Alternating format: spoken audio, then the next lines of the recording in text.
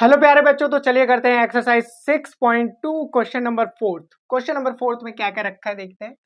D is parallel to AC and DF is parallel to AE. Prove that BF upon FE B upon EC. तो आपसे क्या रखा है कि यहाँ पर DE पैरेलल है AC के, DE पैरेलल है AC के, इसी तरह से DF पैरेलल है AE के, मतलब ये वाला इसके पैरेलल और ये वाला इसके पैरेलल। तो अब हमें क्या शो करना है, BF upon FE equals to B upon EC। चलिए करते हैं, सिंपल क्वेश्चन है तो गिवन लिखने की जरूरत ही नहीं है, सीधा सॉल्यूशन करते हैं।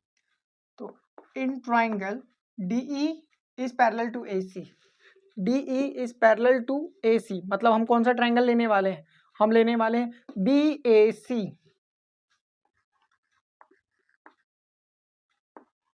इन ट्राइंगल BAC हमें क्या दे रखा है, कहता है कि DE पैरेलल है, किसके पैरेलल है बच्चों, AC के। सो अब यहां पर हम बाय बीपीटी थ्योरम लिख सकते हैं कि BD upon DA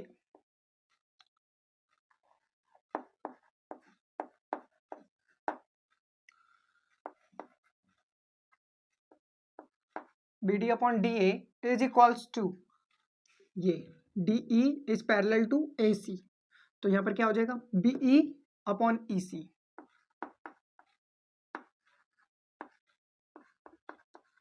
bye BPT theorem, equation first.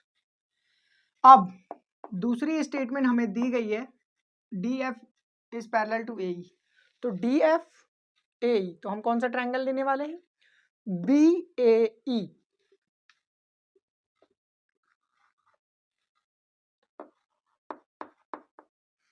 और इसमें हमें दे रखा है DF is parallel to AE,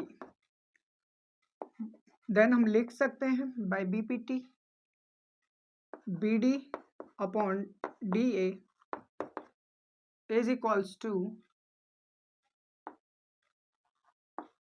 BF upon AE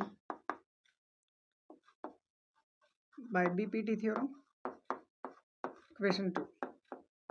अब देखिए इन दोनों इक्वेशन में कुछ दिख रहा है क्या, ये दोनों वैल्यू सेम है, तो हम इसको क्या कर सकते हैं, compare from equation 1 and 2।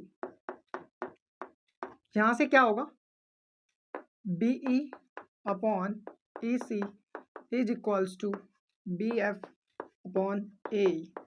Check करो, इसको हमने क्या किया, यहां पर पुट कर दिया, बस देखो। अब हमें क्या प्रूफ करना था, BF अपॉन यहाँ क्या है AE और यहाँ क्या है BE अपॉन EC। तो BE अपॉन EC तो ठीक है, बट BF अपॉन AE नहीं होना चाहिए। और AE आया कहाँ से, इसे चेक करते हैं पहले। तो गड़बड़ हो गई, चलो देखो कहाँ से होगी गड़बड़। तो यहाँ BF अपॉन होना चाहिए था FE और ये A आ गया गलती से, तो यहाँ कर लेना बच्चों FE और यहाँ भी FE, बस हो गया सॉल्व। तो अब आंसर मैच हो रहा है क्या, BF अपॉन FE हो रहा है, BE अपॉन EC बिल्कुल हो रहा है, लेकिन इसको हमें लिखना होगा उस फॉर्म में।